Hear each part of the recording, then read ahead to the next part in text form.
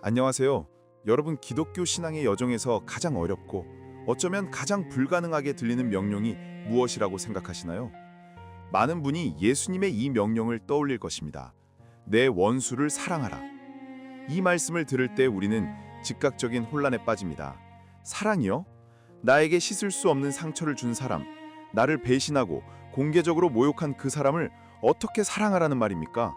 그 사람을 생각만 해도 속이 뒤집어지고 분노가 치미는데 어떻게 따뜻한 감정을 가지라는 것인지 도무지 이해할 수 없습니다.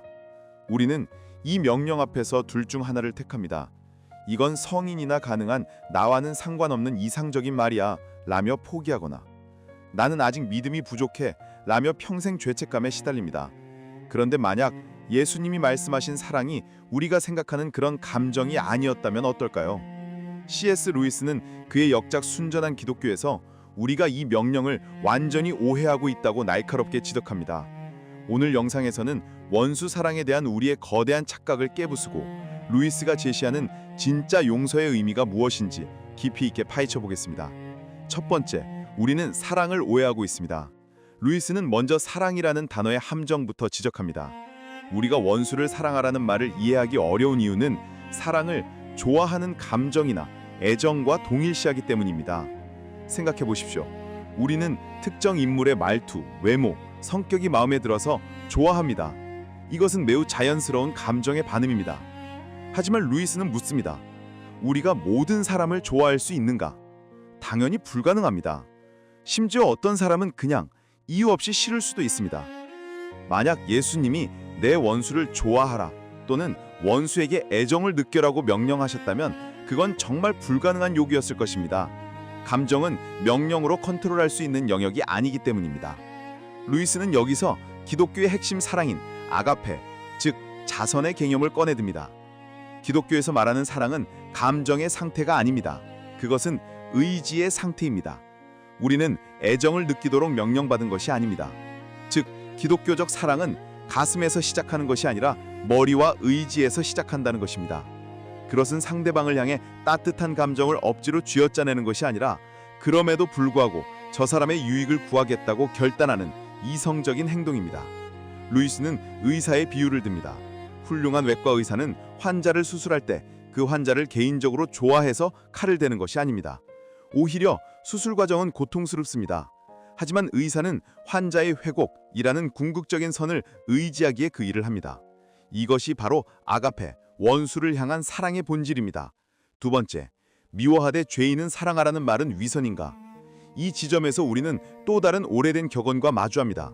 죄는 미워하되 죄인은 사랑하라. 솔직히 이 말 굉장히 위선적으로 들릴 때가 많습니다.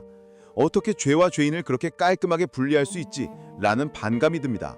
하지만 루이스는 이 격언이 위선이 아니라 우리가 매일 자신에게 적용하고 있는 진리라고 말합니다.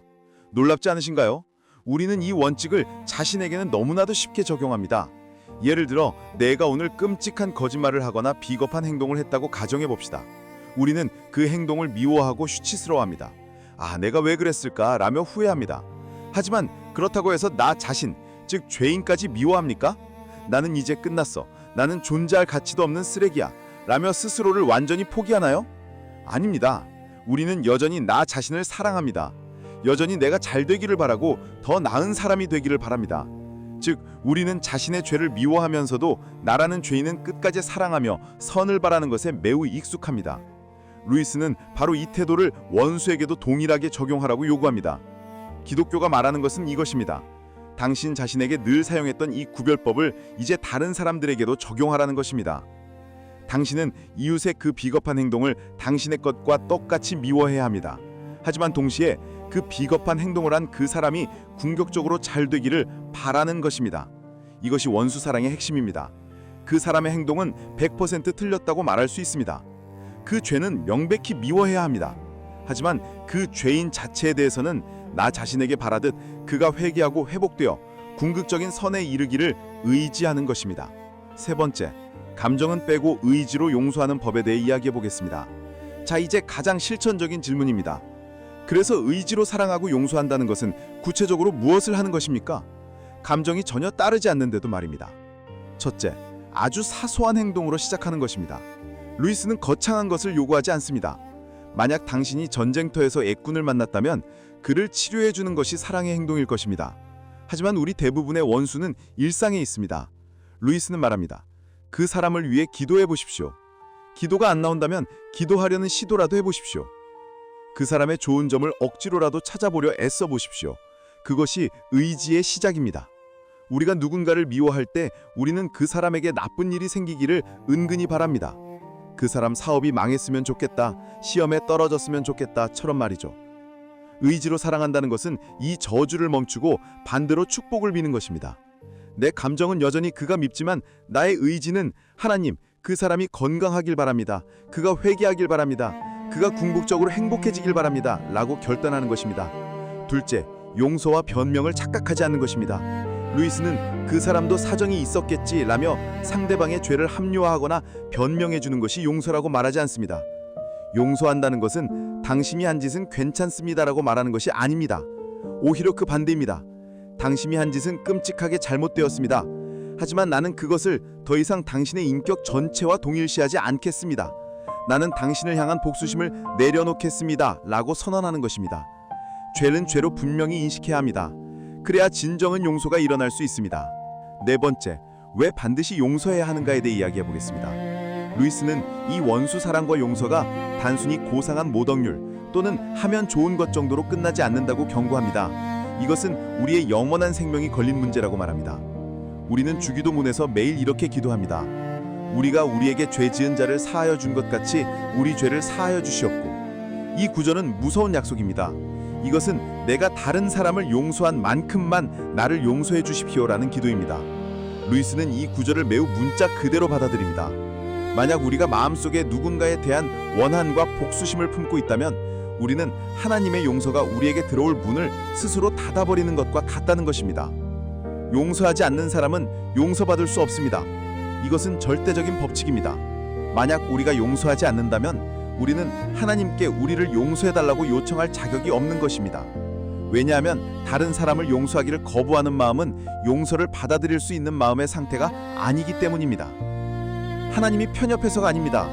미움과 원한으로 가득 찬 영혼은 사랑과 용서라는 빛을 자체를 받아들일 수 없는 어둠의 상태에 스스로를 가두는 것입니다. 지옥의 문은 밖이 아니라 안에서 잠긴 것처럼 우리가 용서하지 않음을 선택할 때 스스로 지옥의 문을 잠그는 것입니다. 오늘 우리는 C.S. 루이스를 통해 원수 사랑과 용서의 진정한 의미를 살펴보았습니다. 정리하겠습니다. 첫째, 용서는 좋아하는 감정이 아니라 상대의 선을 바라는 의지의 결단입니다. 둘째, 죄는 미워하되 죄인은 사랑하라는 말은 우리가 매일 자신에게 적용하는 원칙을 타인에게도 확장하는 것입니다. 셋째, 용서는 감정이 따르지 않아도 축복을 비는 작은 행동으로 시작할 수 있습니다. 넷째, 그리고 가장 중요한 것, 우리의 용서는 우리가 하나님의 용서를 받을 수 있는 유일한 통로입니다. 지금 당장 뜨거운 용서의 감정이 생기지 않아도 괜찮습니다. 루이스는 말합니다. 행동을 먼저 시작하라고. 옳은 일을 계속 의지로 행하다 보면 어느 날 하나님께서 애정이라는 감정을 선물로 주실지도 모른다고 말입니다. 하지만 그 감정은 보너스일 뿐 핵심은 우리의 의지입니다. 당신의 마음을 가장 무겁게 짓누르는 그 사람은 누구입니까? 오늘 감정은 잠시 접어두고 그를 향한 의지의 첫걸음을 떼어보는 것은 어떨까요?